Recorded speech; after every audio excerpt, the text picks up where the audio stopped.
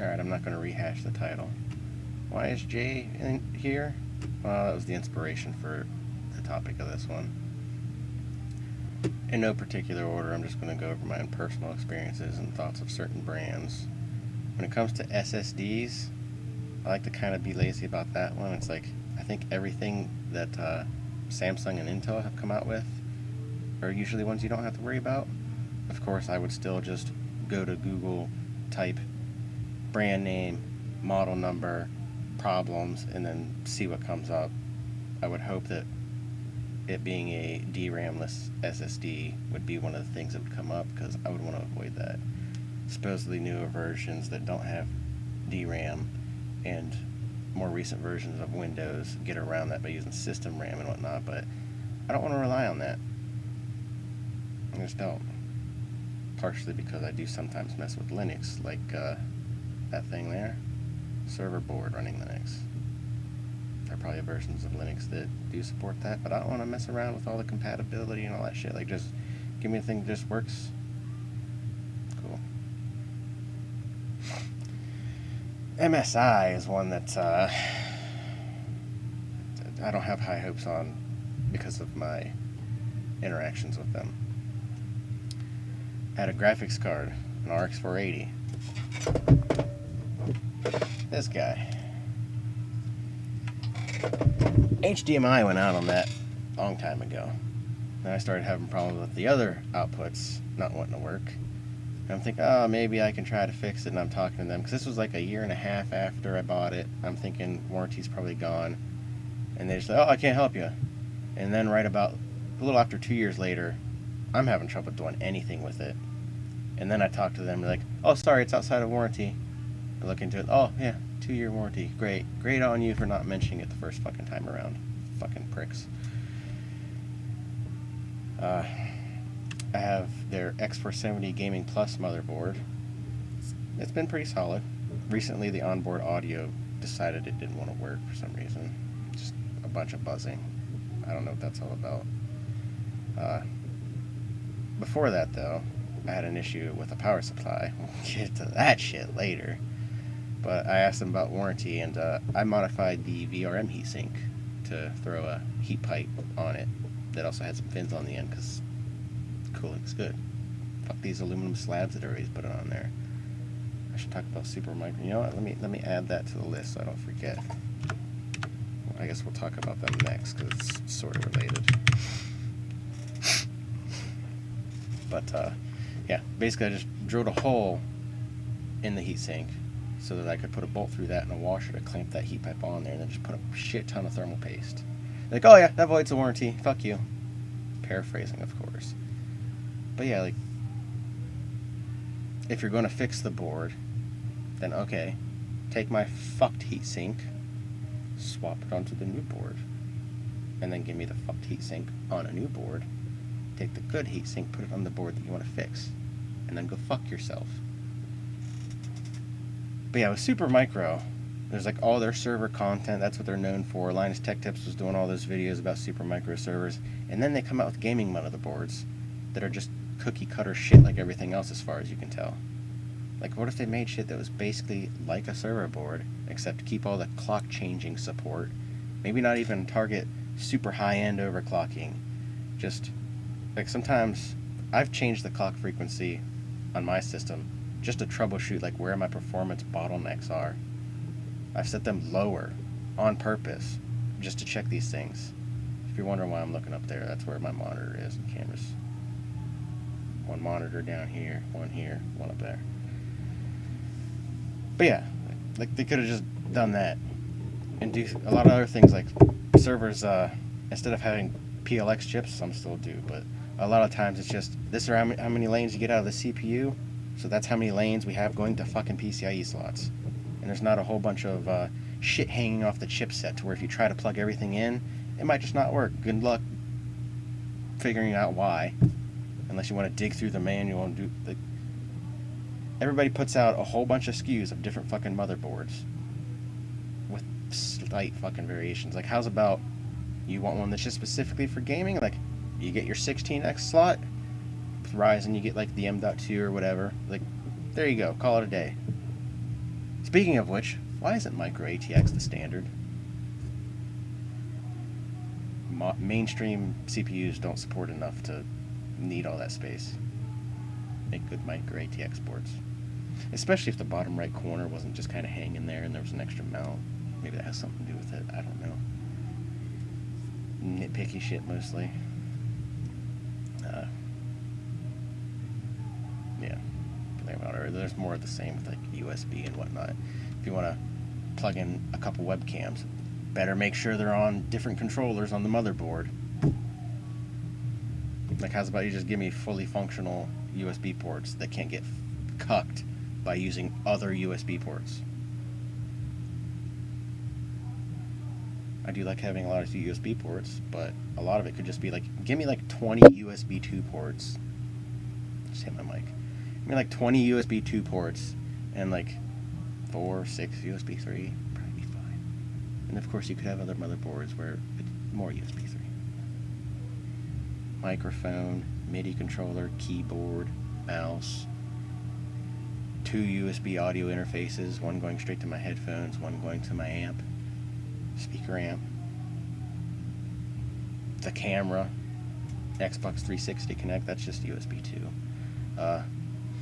For some reason, Xbox 360 controllers, you can't just plug them into a phone charger and expect them to charge. The wireless receiver from my Xbox 360, that's up there too.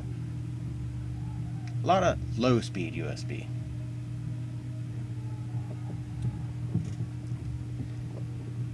Oh, now the EVGA PSU. 1-year warranty. Bought it on their site as B stock, which means cosmetic. It just didn't pass the cosmetic QC. I get it, like, basically it looks fine. Before the warranty's up, I start having issues. We'll get more into that later, because holy shit, I didn't realize it was the PSU until a while after. But I figure out the problem. Oh yeah, pay for shipping, we'll replace it. It's under warranty. If you can't take care of the shipping, you might as well not warranty it. If your price for the product can't handle the RMAs that you expect to get, raise the price.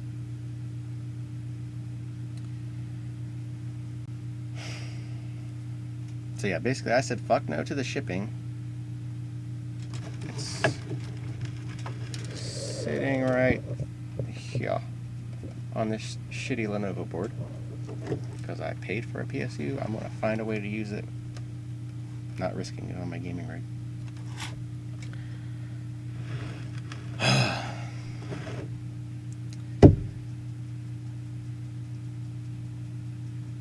Yeah, sent them a video, which I have uploaded on the channel, that shows the multimeter measurements from that fucking power supply. It does seem like the issue was that it was a refurb, not B stock. Refurb. It's what the fuck they even called it when I tried to RMA it. Like, because I gave them like the serial number and shit. Like, oh, it looks like this is a refurb. Oh, really? It's a refurb, meaning you got it back, went over it, and then resold it. Why was it called B stock? It's used. Probably because people think refurb, used, be harder to sell. Label shit accurately. Noticing a trend here of shit and then more shit.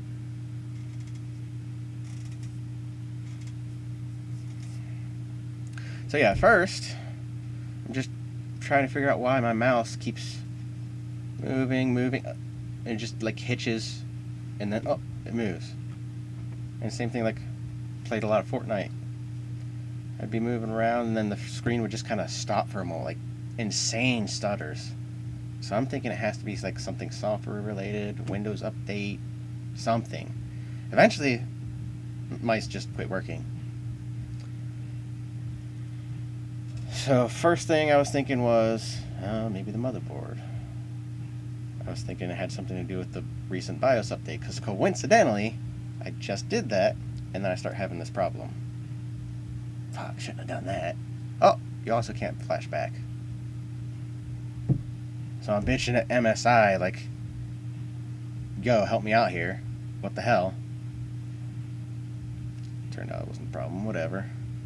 And then I'm looking into, oh, Ryzen USB issues. Let's go through a bunch of troubleshooting there. Let's make sure I have all the various chipset drivers. This, that, and the other. Disable these things in Device Manager. Grab the AMD all-in-one driver package thing that just detects what's in your system and installs the chipset driver, graphics, just all the shit. Of course, no problem, because it's, or no fix to the problem because it's fucking PSU. So eventually, I write a big ass essay in an email explaining to AMD why I need an RMA. And like, all right, here's a shipping label. Send it back. Like a week later or so, new 1700X. Definitely new because the old one had a pretty good scratch on the IHS, and this one didn't. Just new inbox. Here you go. Still having the issue. So as you can imagine, by this point, I'm really fucking frustrated because I think it was a couple months I was dealing with going like from the just mouse acting up to this point. So also during that time, I was looking at see if I can just get an old Xeon E5 system and just replace fucking everything except the graphics card because I didn't have the budget really. This was before all the supply issues. So I buy a T3600 motherboard. Should have had that open here. Let's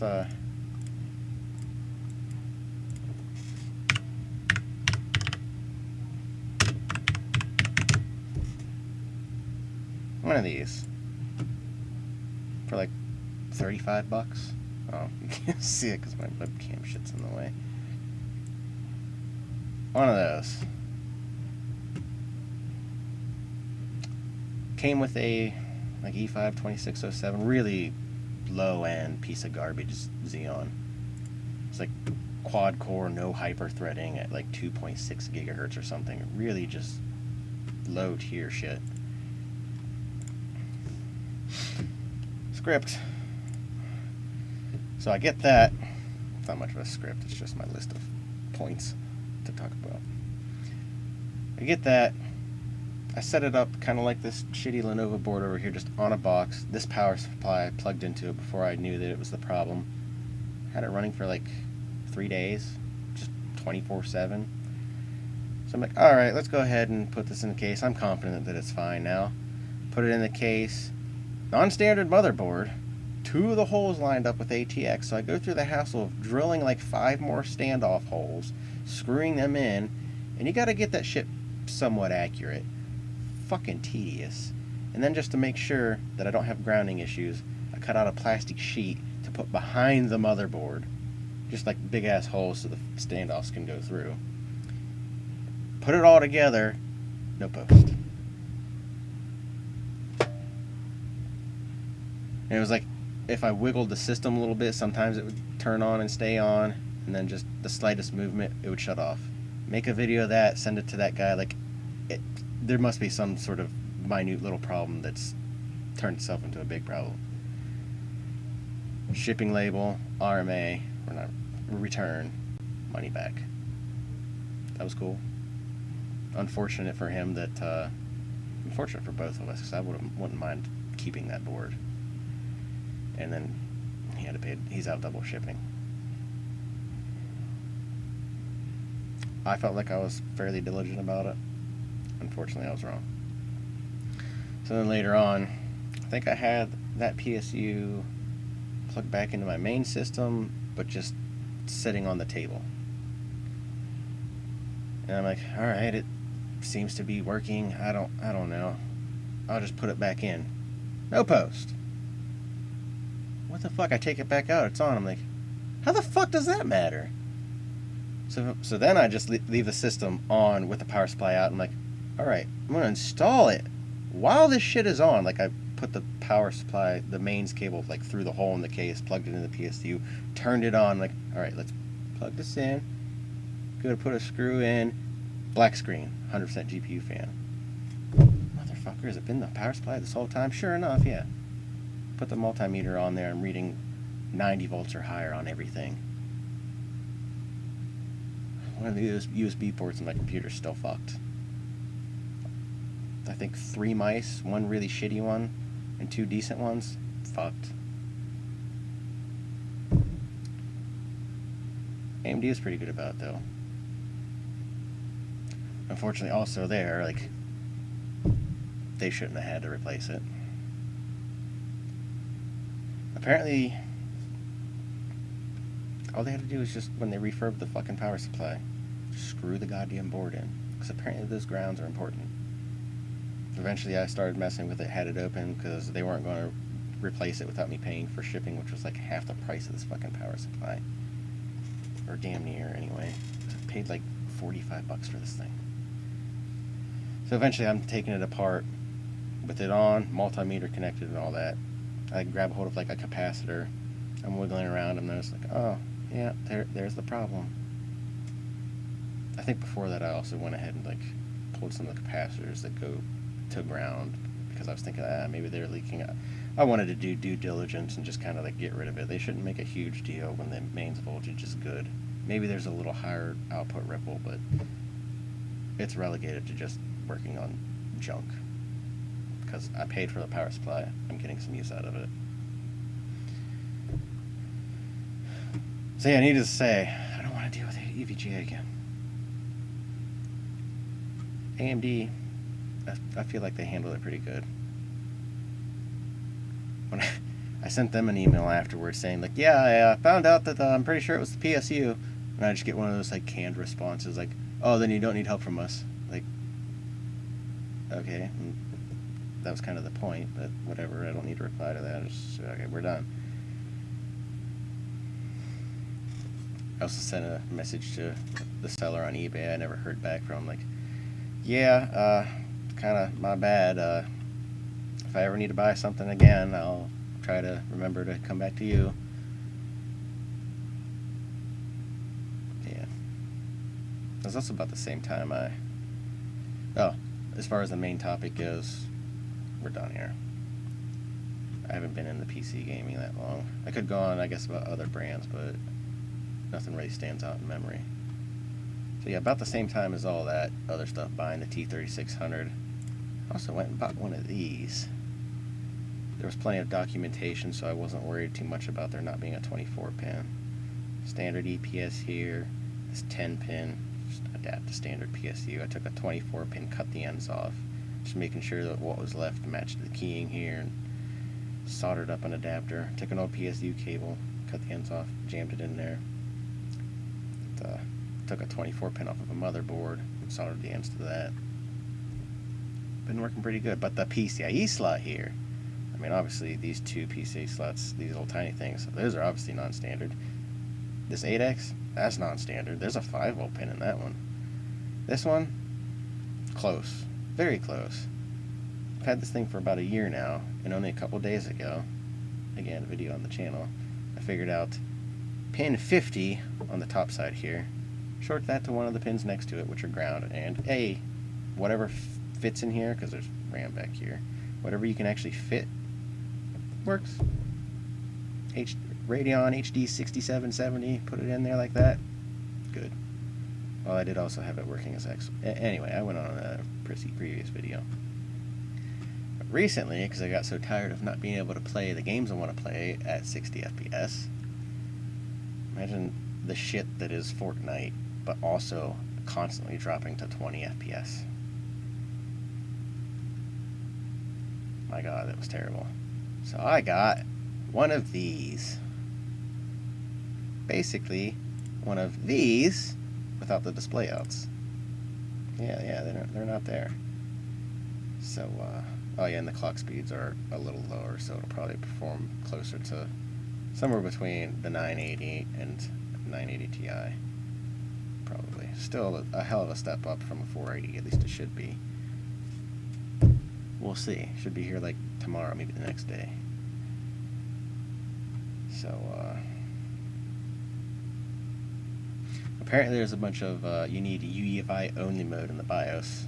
CSM, compatibility support module, or whatever the hell it's called, that allows non-UEFI devices to work in a UEFI motherboard system, whatever. That's got to be turned off apparently for some reason. I don't fully understand why. But yeah, this video card doesn't. And I need another video card to work as the output, so this thing might go in this thing. Standard riser and modify it accordingly. And its onboard video definitely works in UEFI only mode, but is limited to 1280 by 1024 or 1600 by 900, so that'll be neat.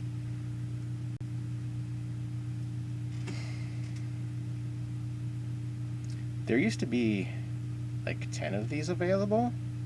I got mine for 40. The cheapest I've seen recently was like 75.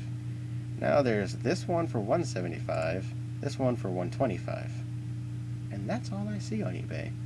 I can't help but think that some of the 157 people shouldn't see any of that. Wow, I need to get better at this. That's better. Gee, thanks, Windows. I'm glad I don't have like porn or something open over here. Go away.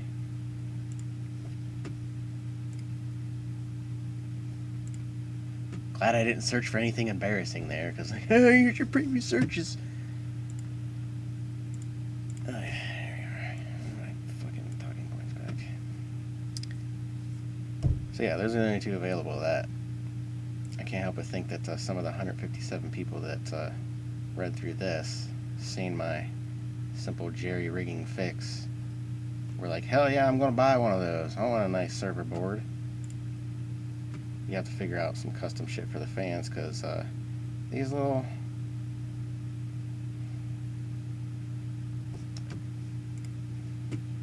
these here, those are the fan headers. Each of them are 8-pin and run 2 fans. 12 total, but notice that they're very tiny pins. You can't even just get a standard 4-pin fan and just kind of jam it on there. I just have some like 2,000 RPM fans on there, threw a Noctua NHL 12 on there, mutilated the original heatsink to work as the brackets to hold it in place. $0 mod. Don't even have to pay $5 or $10 to buy their kit for the narrow aisle MLJ 2011 shit. Oh yeah, the risers. Why I bothered modifying, or figuring out how to modify a riser instead of buying one. Well, for that top slot, there's this. Like, see these fucking prices for this? It's a PCB with this PCIe slot, some resistors and capacitors on there. And this one also comes with a bracket, but whatever. It doesn't look like it's dual slot, so it's not like I can make use of that. And you want, like, seriously? Fucking kidding me? Get the fuck out of here. Like, this is sort by price, low to high. Like, what? I would kind of expect this obscure shit that likely nobody's going to want or even be able to use in the case of this one would kind of sell for cheap, so you could get rid of it. So that ain't happening. Neat board though. Did I mention it fits in a, like, these 4 mounting points? Should open this up bigger. These 4 mounting points, those are just ITX holes. These 2 over here, if your case supports, I think it's SSI EEB, the one that's about this wide but also just as tall, you can just bolt this thing in. You won't be able to use any of the expansion slots in that case, so you have half your case just fucking empty, but you can at least mount it. So that's kind of neat.